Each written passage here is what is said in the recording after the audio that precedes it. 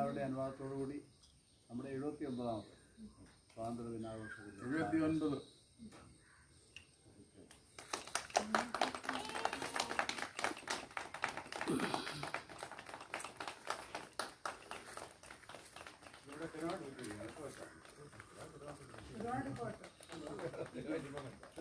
രാവിലെ വന്ന്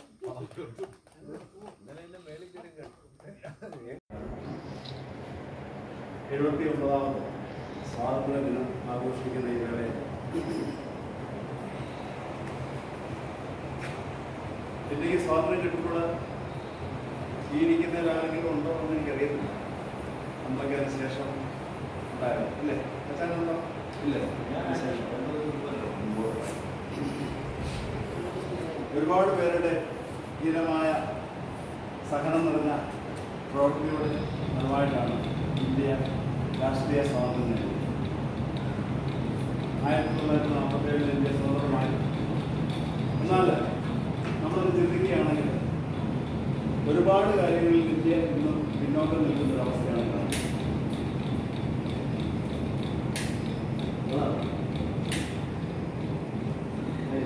രവീന്ദ്രനാഥ ടാഗോറിന്റെ പ്രയർ എന്ന് പറയുന്ന ഒരു പോയത്തിനകത്ത് അദ്ദേഹം പറയുന്നുണ്ട്, അദ്ദേഹം പ്രാർത്ഥിക്കുകയാണ്, രാഷ്ട്രീയ സ്വാതന്ത്ര്യമല്ല, പൊളിറ്റിക്കൽ ഫ്രീഡം അല്ലാതെ ഇന്ത്യയുടെ വേറെ പല മേഖലകൾ അദ്ദേഹം പ്രധാനമായിട്ടോട് മെൻഷൻ ചെയ്തിരിക്കുന്നത് ജാതി ചിന്തയിൽ നിന്നുള്ളൊരു സാധനം. എല്ലാവർക്കും വിദ്യാഭ്യാസം കിട്ടുന്ന ഒരു ഇന്ത്യ അദ്ദേഹം വിഭാവനം ചെയ്യുന്നത്. ഇന്നും നമുക്കറിയാം, നമ്മൾ ഇത്രയും ഡെവലപ്ഡ് ആയെങ്കിലും മേൽജാതി, കീഴ്ജാതി, വ്യത്യസ്ത ജാതികൾ, മതവിഭാഗങ്ങൾ, ഇങ്ങനെയുള്ള ഒരുപാട് ഇടുങ്ങിയ ചിന്താഗതികൾ ജ്ഞാനത്തേക്ക് നമ്മുടെ എല്ലാവരുടെയും ഇടയിലുണ്ട്. എല്ലാവരുടെയും ഇല്ലെങ്കിലും കുറച്ച് പേരെങ്കിലും അതൊന്നും നിലനിർത്തി പോകുന്നു. അപ്പോൾ ഇങ്ങനെയില്ലാത്ത, ജാതി ചിന്തകളില്ലാത്ത, എല്ലാവർക്കും വിദ്യാഭ്യാസം കിട്ടുന്ന, ഏത് ജോലിയും ചെയ്യാൻ എല്ലാവർക്കും സ്വാതന്ത്ര്യം കിട്ടുന്ന ഒരു ഫലമായിട്ടാണ് രാജ്യം നിലനിൽക്കുന്നത്. അത് അങ്ങനെ തന്നെ നിലനിർത്തുവാനും അത്തരത്തിൽ മുന്നോട്ട് പോകുവാനും നമുക്ക് ഓരോരുത്തരും കഴിയണം. അപ്പോൾ യഥാർത്ഥത്തിൽ ഈ രാജ്യം എന്ന് പറയുന്ന സങ്കല്പം ഉണ്ടാകുന്നത് ഭരണഘടനയോട് കൂടിയാണ്. ഇന്ത്യക്ക് അങ്ങനെ നമ്മൾ പറയുന്ന മഹത്തായ ഒരു പാരമ്പര്യം അങ്ങനെ ഉള്ളതായിട്ട് എനിക്ക് തോന്നിയിട്ടില്ല. അങ്ങനെ നമ്മൾ കൊട്ടിഘോഷിക്കത്തക്ക ഒരു പാരമ്പര്യമില്ല. പക്ഷേ വലിയ ആൻസെറ്റായിട്ടുള്ള ഒരുപാട് കാര്യങ്ങൾ രാജ്യത്തുണ്ടായിരുന്നു എന്നുള്ളത് യാഥാർത്ഥ്യമാണ്. പക്ഷേ ഇന്ത്യ ഒരിക്കലും അങ്ങനെ ഒരു സംവിധാനത്തിലേക്ക് വന്നിട്ടില്ല. ജനാധിപത്യം പോലും ഇപ്പോഴും നമ്മുടെ ആളുകൾക്ക് എത്തിയിട്ടില്ല. ഇപ്പം നോർത്ത് ഈസ്റ്റിലോ അല്ലെങ്കിൽ നോർത്ത് ഇന്ത്യയിലെ പല സംസ്ഥാനങ്ങളിൽ ചെന്ന് കഴിഞ്ഞാൽ എന്താണ് അവിടുത്തെ ഇന്ത്യയുടെ നിയമവ്യവസ്ഥ എന്താണെന്ന് പോലും അറിയാൻ വയ്യാത്ത ആളുകൾ. അവിടെ ഏതെങ്കിലും ഒരു ഗ്രൂപ്പിൻ്റെ ആളുകൾ ഭരിക്കുന്നു, അവരാണ് നീതി നടപ്പാക്കുന്നത്, പോലീസിങ് അവരാണ് നടത്തുന്നത്, ഭരണം അവരാണ് നടത്തുന്നത്, സമ്പത്ത് കൈകാര്യം ചെയ്യുന്നവരാണ്. അങ്ങനെ നിരവധിയായ പ്രശ്നങ്ങൾ ഇപ്പോഴും രാജ്യം അഭിമുഖിച്ചു. കേരളത്തിലെ ഒരു തെക്കോട്ട് വരുമ്പോൾ ഉള്ള ഒരു സിറ്റുവേഷൻസേ അല്ല നോർത്ത് ഇന്ത്യയിലുള്ളത്. എന്നെക്കാൾ കൂടുതൽ അറിയാവുന്നവരാണ് പറ്റിയിരിക്കുന്നത്.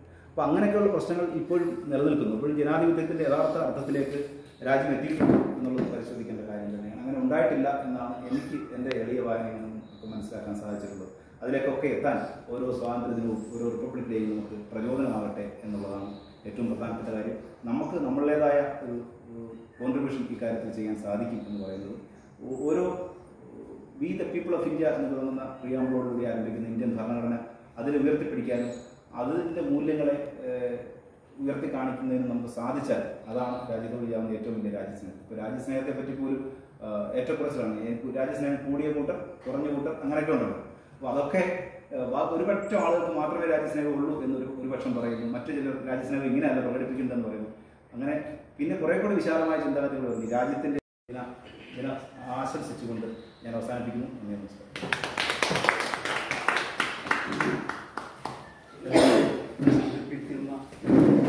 നല്ലൊരു മെസ്സേജ് വൈസ്